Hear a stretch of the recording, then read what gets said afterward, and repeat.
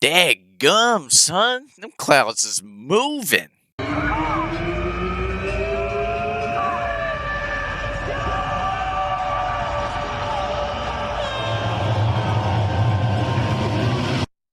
Moving objects in MX bikes.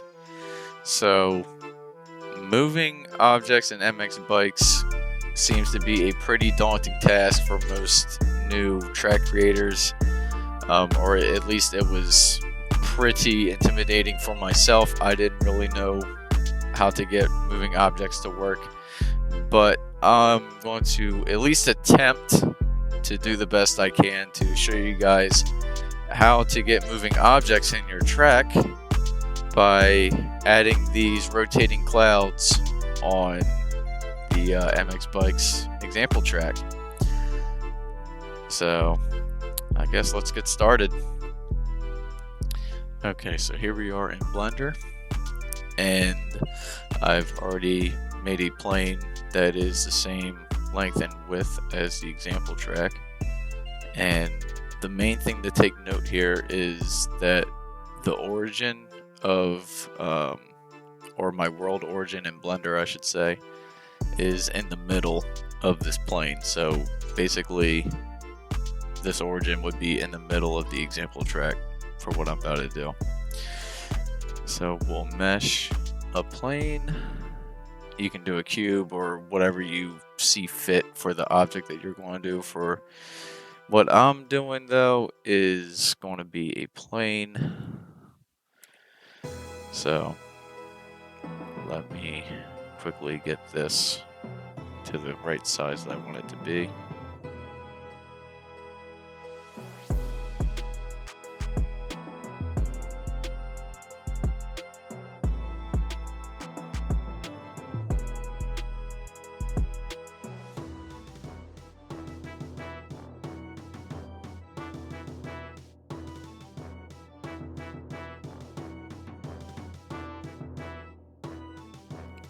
Alright, so here we are with our first cloud,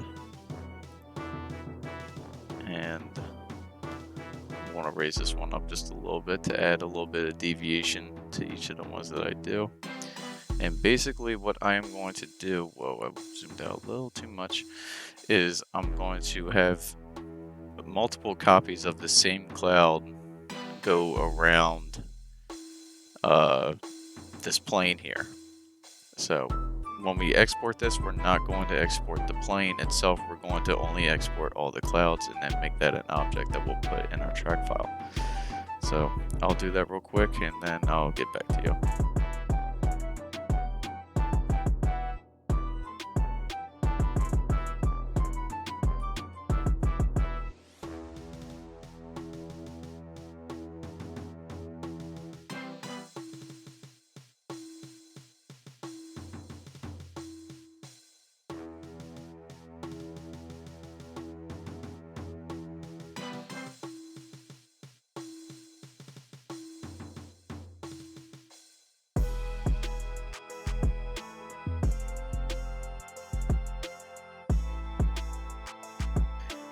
Okay.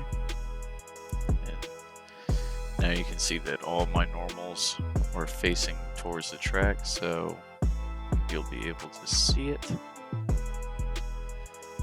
So now that we know that, we'll export FBX, mesh, selected objects, just like how you would for basically anything else that you would export to MX Bikes through Blender.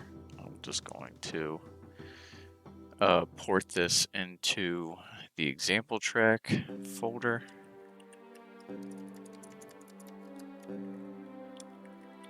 Clouds.fbx export. Okay.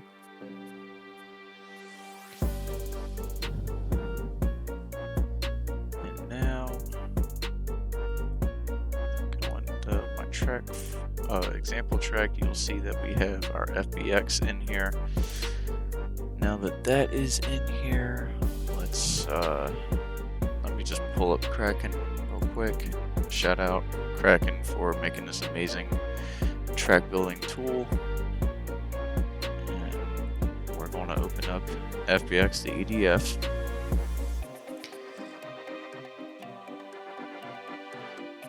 Go to our FBX that we just created,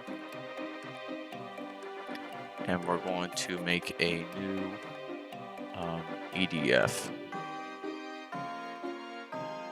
that is going to go inside of the actual folder that we're going to put in MX Bikes.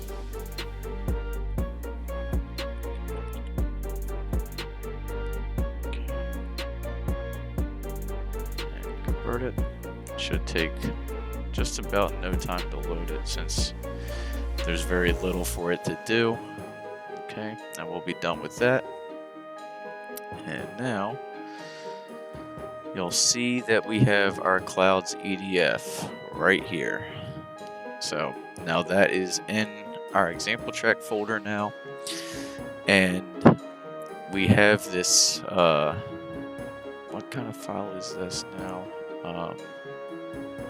SCR, I believe. Okay, it's not really saying what it is, but there's going to be a screensaver, it says, but I'm pretty sure it's set as an SCR file. But the name of this file is going to be whatever, it's going to match up with everything else in this folder. See how it's example.map, example.rdf, so on and so forth. This wants to share the same name as the rest of these files. So this SCR file, you can pull straight from some of the stock tracks from the game. For Snake Creek, I pulled that SCR file from Nevada, I believe. I'm pretty sure it's Nevada and the Supermoto track from the stock game that have these SCR files. If you open up the, if you go into the game files, but otherwise, the example track already comes with one anyway, so you can just use that one if you please. So we're going to open this with Notepad++. Okay. So now we have the example SCR file open, and once you open this up, you'll see how there's all these different objects in here for flags. This is how you'll get animated flags working in your track. This is all going to be taking place in the same file. So just for the sake of time, we're going to copy one of these object scripts and we're going to rewrite it as a new object, and we're going to get rid of all of this flag coding, and we're going to put in the coding that we will need for this new object that we are going to tell the game to rotate around, or move, I guess I could say. So we're going to put name. Let me see here. I need to make sure. I'm pretty sure I have it as clouds.edf. If I'm wrong about that, I will fix that. But whatever you put in for your name is going to be the exact same name as the EDF for the object that you're trying to rotate about your map. So we'll go to rotate underscore axis. And so this is going to be the axis upon which your object will rotate upon. So your first digit here is going to be your X-plane. So if you wanted to rotate upon the X-plane, let me open back up. Oh, wait a minute. No, Blender's not open. Shit. So along the length of your track, starting from the origin, directly horizontal will be your X axis. From your origin up will be the Y axis, and starting from the origin going forward, I guess you could say, it's kind of hard to illustrate that on a 2D screen, that would be your z-axis. And so the first number would be x, the second would be y, and the last one would be z. And so since we want our clouds to rotate around our map, that will be the y-axis. So we would make the y number 1, because the 1 tells the game that that is the axis that will be rotating around. 0 means no, and 1 means yes, if that makes sense. I'm probably confusing the living shit out of you saying that, but that is the best I can describe it. 1 means yes for that particular axis, and 0 means no. So if you don't want it to rotate around your x-axis, you put a 0, and if you want it to rotate around your y-axis, in this case we do, you put a 1 that tells the object to rotate around a straight up and down axis. Okay, enough confusing you. So position. This is going to tell, this is basically going to position that axis that we just told the game that this object is going to rotate around. This is where that axis will be at. So the stock height map is 276 by 276, so that divided by 2 would be 138. I'm not sure what we're going to do for the height yet, so I'll just leave that at 0 for the time being, and 138 since it's a square map. So for the height, I'll just go with 75 just to see what happens. And silly me, I forgot. I accidentally skipped a line. So after rotational axis, we're going to put ROT underscore time space equals space again. And this number that we're going to put in is going to tell the game how long it takes for this object to complete 1 revolution. And this number that we're going to put in is measured in milliseconds. So if you want a slow moving object, which I'm going to do for this specific example, would be pretty high. So I'm going to want this object to rotate once, probably about every 10 minutes, just to kind of give a realistic cloud speed, I guess you could say. And so once every 10 minutes in milliseconds would be 600,000 milliseconds. Alright, and the next line of text we're going to write is ROT for rotation space equals and another space, and this is going to be our pitch, our yaw, and our roll. So the pitch, I believe, is going to be like the angle at which this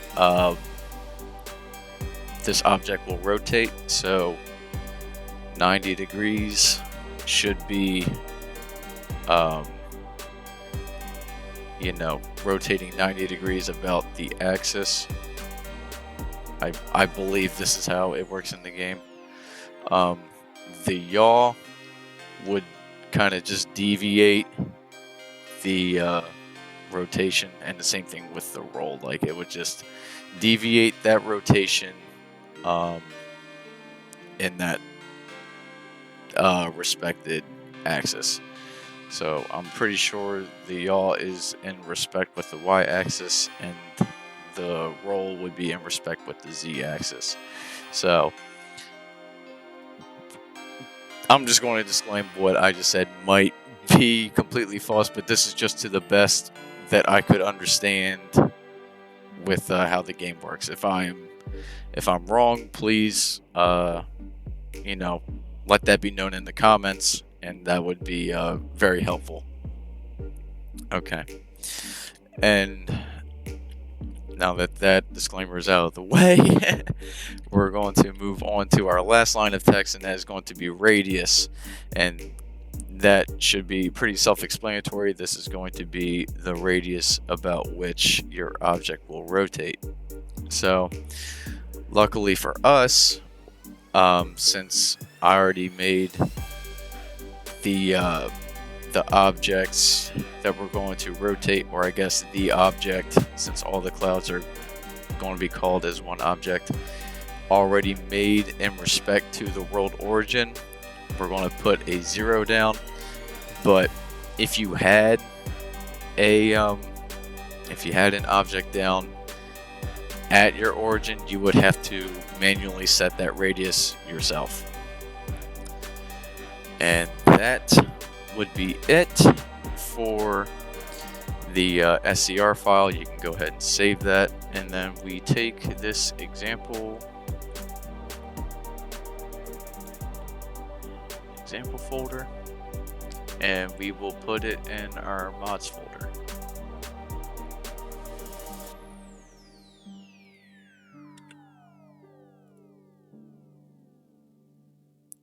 Alright, and then we'll load it up in game and see how it looks.